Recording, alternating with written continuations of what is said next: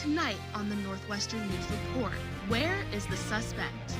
Additional updates to share.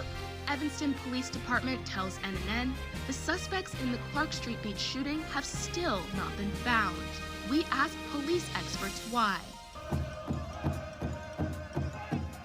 And honoring Native American culture. We catch up with one Northwestern Student Alliance honoring their land with song and dance. Saying yes to the dress! Plus, promising solution. How an Evanston organization is making prom more accessible for families. Those stories and more tonight on the Northwestern News Report. It's your news right now.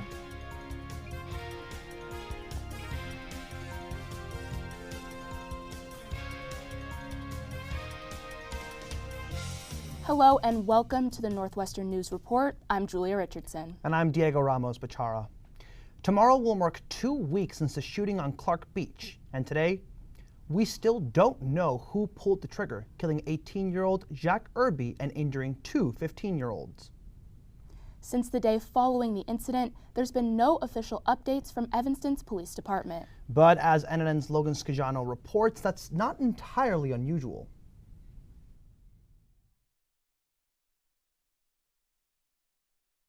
Nearly 2 weeks after the Clark Street Beach shooting, where 1 person was killed and 2 were injured, Evanston Police Commander Ryan Glue sympathizes with anxious residents. It is completely understandable that more information is going to put people potentially at ease. But as has been the case since the day after the shooting, There's just no additional updates to share. no suspects have been arrested, but EPD says the shooting occurred after a dispute between 2 groups.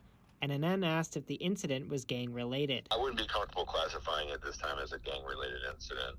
Motive is part of the investigation, and we have not determined the motive. This lack of information doesn't surprise some law enforcement experts. It's not unusual at all because, again, you have to give the investigators time to track down the investigative leads. Shortly after 9 on the night of the shooting, Northwestern tweeting that suspects were seen heading north on Sheridan Road in a sedan. They had left the area prior to police arrival. David Carter, a criminal justice professor at Michigan State, says going after the suspects probably would have been a lost cause. You'd basically be wasting time because, go north. Well, where? Your most efficient route is to follow the evidence. Experts say compiling information about the suspects involves a number of different methods, including reviewing closed-circuit camera footage, examining the victim's social media, and talking with witnesses. But after that, if I'm all dried up, I need the public's help. So I need to take that information to the public. So that's a balancing act. But Carter says going public can sometimes have its drawbacks. They don't want to give any indicators to the suspects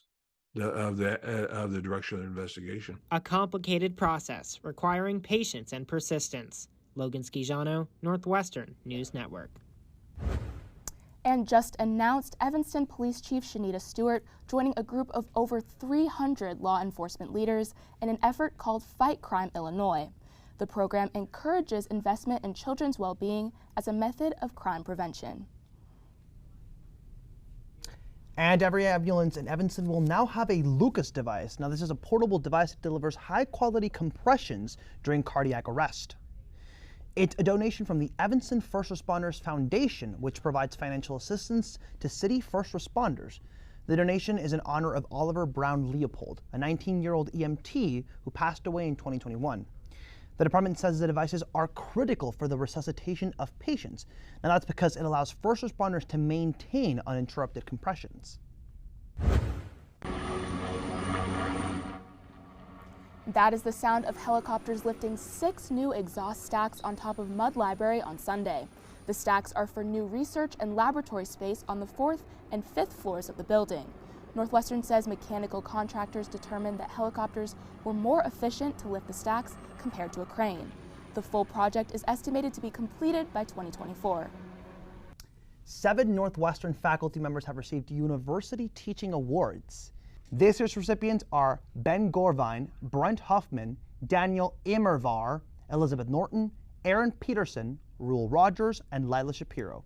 Each one was nominated by the deans of their respective schools. A provost committee selected from the nomination. The award includes a salary stipend for the next 3 years and funds for professional development. The The official ceremony will be held on May 23rd. And Northwestern Medicine has named Craig Johnson as Executive Vice President and Chief Operating Officer. Johnson currently is the Executive Vice President for the university. He is responsible for the university's financial, capital, and operational resources. Vice President for Operations Luke Figura and Senior Associate Vice President Amanda Distel will temporarily take over Johnson's duties. A search for a successor is already underway. And a new Evanston restaurant is bringing Central American cuisine right to our backyard. Mas Salud is both a kitchen and a bar. The restaurant has a Central and South American food menu. There's Mexican meatballs and Argentinian chicken, plus Mayan hummus. Now there's also specialty drinks and cocktails. It feels like you're walking into an artsy Instagram photo when you enter the restaurant. There are bold colors and artworks, and we first showed you this restaurant back in October here on NNN, and the owner says that it will finally be ready. I mean, you saw the sign, man. It was all a dream. It's definitely a dream come true to finally do exactly what I wanted to do, you know? We're gonna have dishes that are Puerto Rican, Mexican, Salvadorian, Colombian, Cuban, and everything is meant to share. And so good news, the restaurant is finally set to open on Friday from 4 p.m. to 1 a.m. While Evanston has a vibrant food scene, and as you just heard, it's growing, one thing is missing: a classic Jewish deli. NNN's Max Rothfeder went to a new pop-up restaurant, cooking up a solution. Everyone likes bagels. Bagels are a classic within the Jewish deli scene. They're the kind of food Minch's co-owner and Evanston restaurateur Jack DeMar grew up eating. I grew up on the North Shore. My family's Jewish. I'm very used to eating kind of the lox and nosh spreads on the weekends. When DeMar's longtime friend Eric Kogan had an idea for a new pop-up restaurant, a deli was the perfect choice. We looked around and figured there isn't a really great place to eat this kind of food, so why don't we try to do it ourselves? They named the restaurant Minch's, a Yiddish phrase meaning a good person. We thought it would be a cute brand and kind of representative of who we are as people in the community that we want to create within the restaurant. And a menu featuring deli classics like freshly baked babka and bagels with lox. I got an avocado bagel on a sesame bagel. I'm very excited about it. After just 1 week, they have lines out the door and repeat customers. This is my second time coming here, getting the same thing, so I'm definitely a happy customer. Minch's is currently open from 10 to 2 every Saturday and Sunday here inside Picnic, but their hope is to move into a permanent location full-time in the future. Do more of a broad Jewish deli type menu with, corned beef sandwiches and matzo ball soup and latkes and all that good stuff. A restaurant inspired by Jewish classics, but welcoming to all. I hope we become a staple in the Jewish community, but this is a non-denominational, deli. This is for everybody. And that's what a delicatessen is all about. Max Rothfeder, Northwestern News Network. While the pop-up is only scheduled through June 11th, the co-owners say they will open a brick-and-mortar store within the next year. Coming up, how a Northwestern group is honoring its heritage through dance. And later this half hour, go behind the scenes into how a local organization is making prom accessible for families. How prepared is your family if a tornado shows up at your doorstep, or a flood, or a hurricane? You can't just turn away a natural disaster. That's why it's important to go to ready.gov/plan now. It has the tools and tips you need to make an emergency plan with your family. So if disaster comes knocking, Let's go. you'll be ready to help keep your family safe. It's just a pizza. Yes. Make a plan today.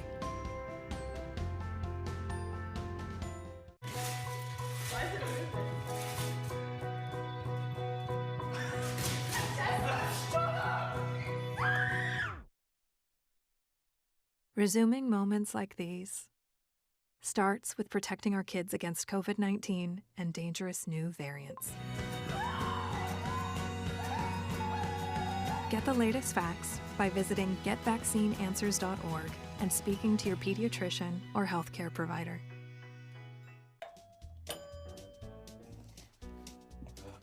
What a disaster. You're a disaster.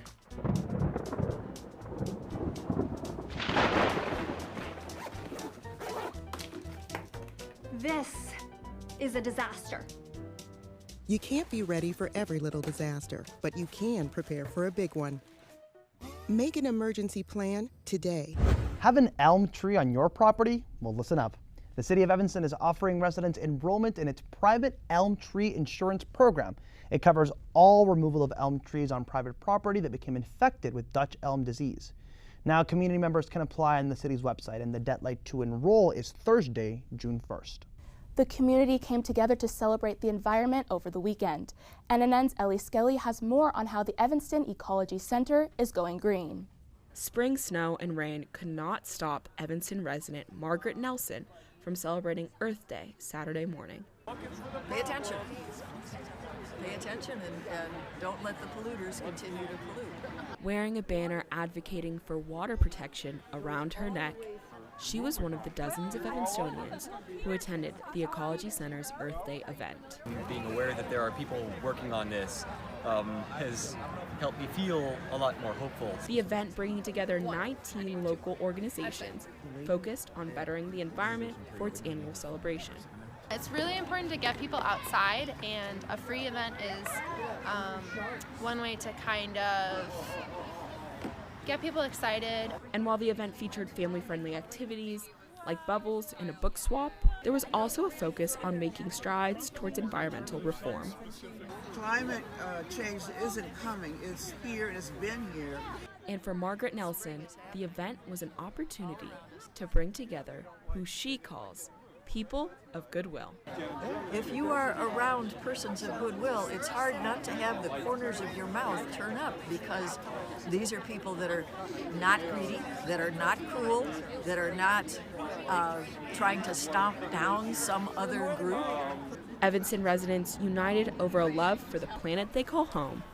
Ellie Skelly, Northwestern News Network. And the Earth Day festivities continued with the Native American and Indigenous Student Alliance, the group honoring our land with a powwow. NNN's Ananya Chag has more on the significance for Northwestern's Indigenous community. Dancing and Sharing Community, Northwestern's Native American and Indigenous Student Alliance, or NASA, hosting their second annual powwow on Saturday. I think just as a reminder for everybody, but also just to celebrate our beautiful land. Here at the Welsh Ryan Arena, the powwow offers a space for natives and non-natives alike to share in an intergenerational cultural celebration. I just want to take a special day to give thanks to our land and try and remind everybody here, especially like undergrad students that have the drive to like push further initiatives, that our land should be protected. The powwow included special performances from the Northwestern Mariachi, as well as from reservation groups like the Iron Bear Singers and the Fire Nation Singers, and vendors selling jewelry, art, clothes, and other traditional indigenous products. So I have some Aztec dance regalia, like the shikli mekat that we call it, which is like waistbands. I have rattles, two types, gourd and coyoli. NASA hoping to see more events like this in the future. We've put so many like tears, hours, blood and sweat, as people say, into this. So it just means a lot to like have it actually come, and it feels like very euphoric. Ananya Chug, Northwestern News Network. Got bulk trash? Evanston Public Works will pick it up for you. Residents can get 6 cubic yards of bulk trash removed free of charge. First ward pickup for those whose normal collection day is Tuesday will take place this Friday, April 28th. And beyond bulk trash, some Evanston residents are doing their part to make the earth a cleaner place. NNN's Simone Garber raked in some fun at the Dempster Mile Earth Day cleanup. Equipped with gloves, shovels, and green wristbands, almost 100 volunteers on the main Dempster Mile cleaning up the community on Saturday morning. On a cold, rainy day like this, I consider that a great triumph. I'm very happy with that turnout. Among the volunteers, Northwestern sorority Tri Delta members, many cleaning garbage out from underneath the Metro train tracks. This is my first time being down here in this area, and so it's nice to be able to help the community out. Some, like first-year Brecken Van Lonkeisen, transferring their skills from trash pickups back home. I love being able to see the before and after of the trash being there, and then knowing that I did something that made the world look a little better and feel a little better. Frio Gelato on Chicago and Dempster offered free gelato scoops for people who showed their green wristbands. It's just like a fun little treat after your just picking up some trash. And local officials also coming out to show their support. Main Street is part of the magnificent 4th Ward, and I'm coming out to support Catherine Gottsick and the Main Dempster Mile and help make our community more warm and inviting for everybody that lives here. Merging sustainability and community, where every effort makes a difference. Simone Garber, Northwestern News Network. Coming up, a fitness program gets a fresh start. How they're helping others get their steps up. And it's nearly May and we're still wearing jackets and hats. Does the misery never end? Coming up next, we'll have your forecast. At Northwestern, we're wildcats in every way.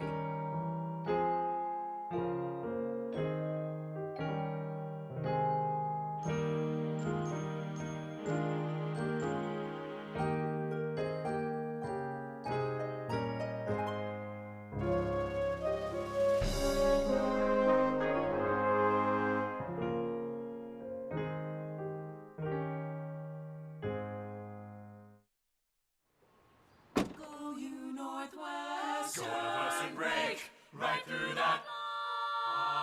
With our colors flying, we will cheer you all the go. Go you Northwestern, fight for victory, sweet victory, for the fame of our fair name, and go Northwestern, win that game.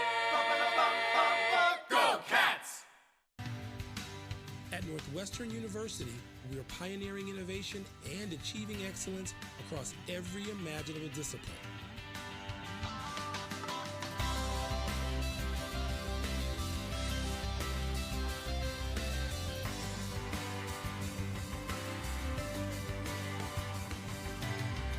At Northwestern University, the possibilities are endless.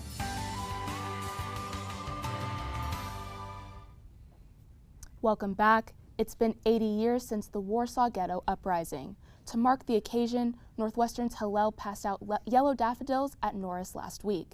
NNN's Kunjal Bastola tells us more. Would you like a yellow daffodil? On April 19, 1943, inhabitants of the Warsaw Ghetto resisted the efforts of German troops to deport them to concentration camps. To mark the 80-year anniversary of this historic event, as well as commemorate Yom HaShoah, or Holocaust Remembrance Day, Northwestern's Hillel handed out yellow daffodils to students and community members at Norris last week. The Warsaw Ghetto Uprising was the biggest act of Jewish resistance during the Holocaust. So the yellow daffodils symbolize that resistance, that uprising, as well as the survival of the Jewish people through that. The inspiration to bring the Daffodil Project to Northwestern came from an alternative spring break trip to Poland, where students immersed themselves in community, learning, and service. And we're actually one of the first American bases for the initiative passing out the daffodils that we received in Poland from the Polin Museum. Throughout the entire week, Hillel hosted speakers and discussions promoting educational awareness to remember the tragedy that was the Holocaust. It was just a really important event to kind of continue the Holocaust education. A highlight of the event. It's just really cool to be able to walk around campus and see people with yellow daffodils on their shirts. Students across campus showing their support by wearing a yellow daffodil, including non-Jewish students. It's on all of us, Jewish or not Jewish, to remember the Holocaust. Fostering remembrance, support, and community. Kunjal Bastola, Northwestern News Network.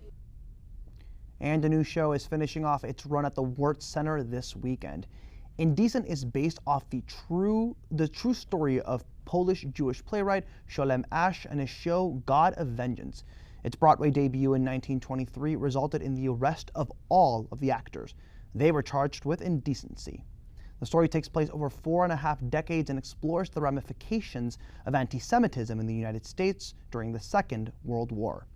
The primarily Jewish cast wears custom prayer shawls made for each of them throughout the show. We are not trying to shy away from those events and the pain that occurred during them.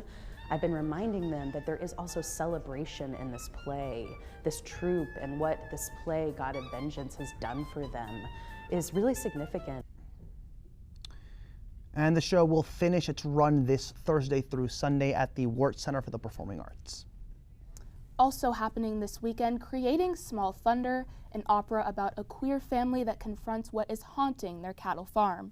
Shows will be Friday at 7:30 p.m. and 9:30 p.m. and Saturday at 2 p.m. and 7:30 p.m. at the Wirt Center. And it's a busy time for NU Theater because of the opening night of the WAMU Show, an annual production put on entirely by students. And it starts this Friday. The production, Romance en Route, will run through May 7th in Kahn Auditorium. And tickets are available now on the Wirt Center's website, or you can go to the link in the WAMU Show's Instagram bio. Are you ready to move? Evanston's Health and Human Services Department sure hopes you are. And it's relaunching its annual fitness program after a 3-year hiatus. NNN Shravya Pant was there for the kickoff. We're Out Walking, or WOW, is Evanston's yearly community health effort. This year, nearly 600 Evanstonians are participating. It's nice to have friends to walk with and exercise with because they keep you accountable. Launched in 2007, the free 12-week program is open to all. Participants gain access to a calendar of fitness events, health seminars, and neighborhood walks. It's one of the most popular programs that we have in the Health and Human Services. Evanston's Health and Human Services Department says racial and income disparities contribute to inequities across its neighborhoods. WOW is one way the city hopes to make healthy lifestyles more accessible. Access to nutritious food, walkability, access to health care. The program also engages local businesses and community partners, presenting their advice to Evanstonians looking to get more active. Mind, body, and spirit approach is what really helps us to be more happy humans, really. Participants connect with Evanston fitness groups through weekly challenges such as step goals and exercise classes. I think it's nice to know that the community companies in the area support. A city walking with a purpose. Shravya Pant, Northwestern News Network. Now the weather has been, to put it mildly, not so great. NNN's Kunjal Bastola joins us now. Kunjal, is spring ever going to arrive? Thanks, Diego. It's officially spring, but it seems like Evanston did not get that memo as this forever winter continues to drag on. The weather this week continues to be mildly dreary with some sunshine sprinkled throughout. Wednesday looks to be the coldest day of the week with temperatures at 45 degrees, but fear not, for the chances of rain are slim to none. Thursday looks to be promising with temperatures around 60 degrees and wind speeds at about 11 miles per hour. So perhaps you could be fearless and venture out onto the Lakeville to watch the sunset or sunrise if you're a morning person.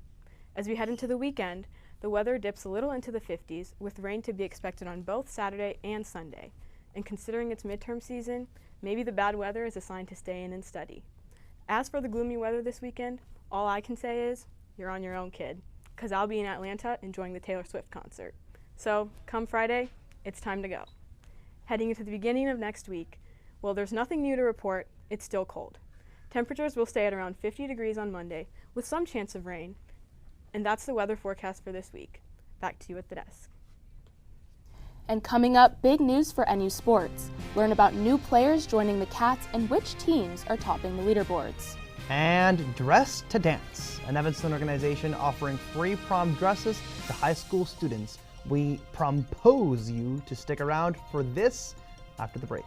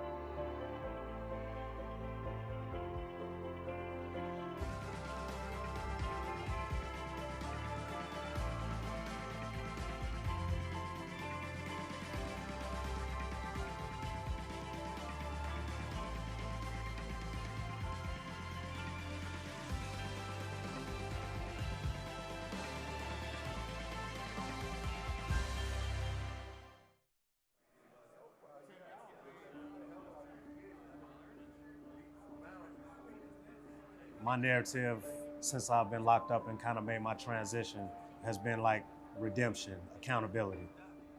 When I come into the classroom environment, every individual that sits amongst me takes education seriously.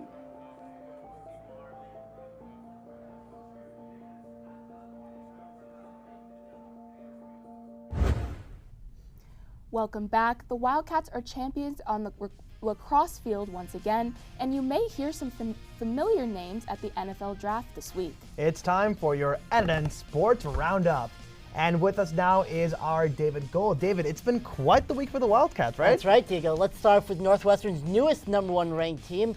Northwestern Lacrosse hosted the Maryland Terrapins with the Big Ten regular season title on the line. 30 seconds into the game, fifth-year Izzy Skane scored her 73rd goal of the season, but the Cats and the Terps ended the half tied at 4. Even in the freezing cold, fifth-year Haley Radigan was scalding hot in the second half, scoring 4 goals, bringing her career total to 273, the 10th most in NCAA history.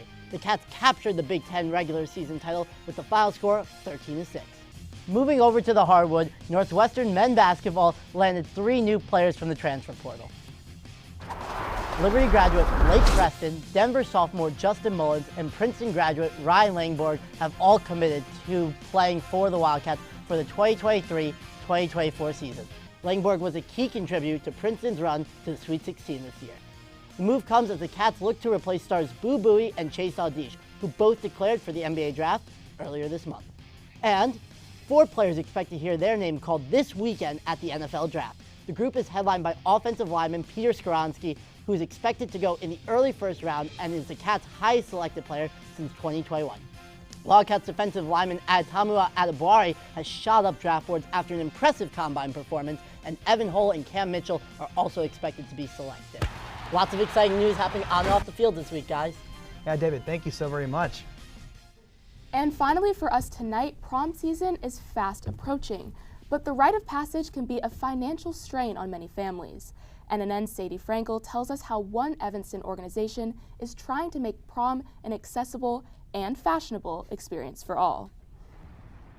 The Evanston Women's Club bringing smiles to the faces of more than 100 high school juniors and seniors over the weekend with their annual Dreams Delivered boutique. Dreams Delivered is giving every student the opportunity, every student who wants to wear a dress, the opportunity to go to prom. Making prom affordable, they provide local students with a free dress, jewelry, and shoes. It's very satisfying to be able to help students and families.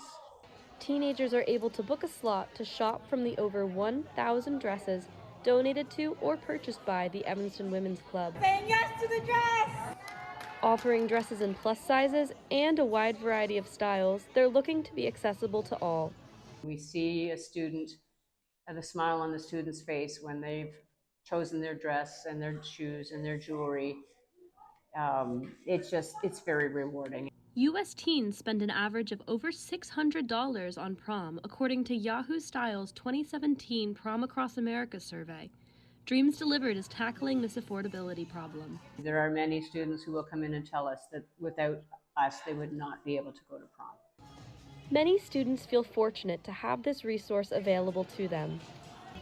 I think it's helped me get a dress that I really like and I'm excited to wear. Making prom dreams come true, Sadie Frankel, Northwestern News Network. That was a great story. I loved going to prom in high school. Yeah, I wish I would have gotten the chance, but unfortunately COVID took that away from us. And that's going to do it for us for this week's edition of the Northwestern News Report. Be sure to stay tuned for PolitiCat coming up next. I'm Diego Ramos Bechara. And I'm Julia Richardson. Have a great night.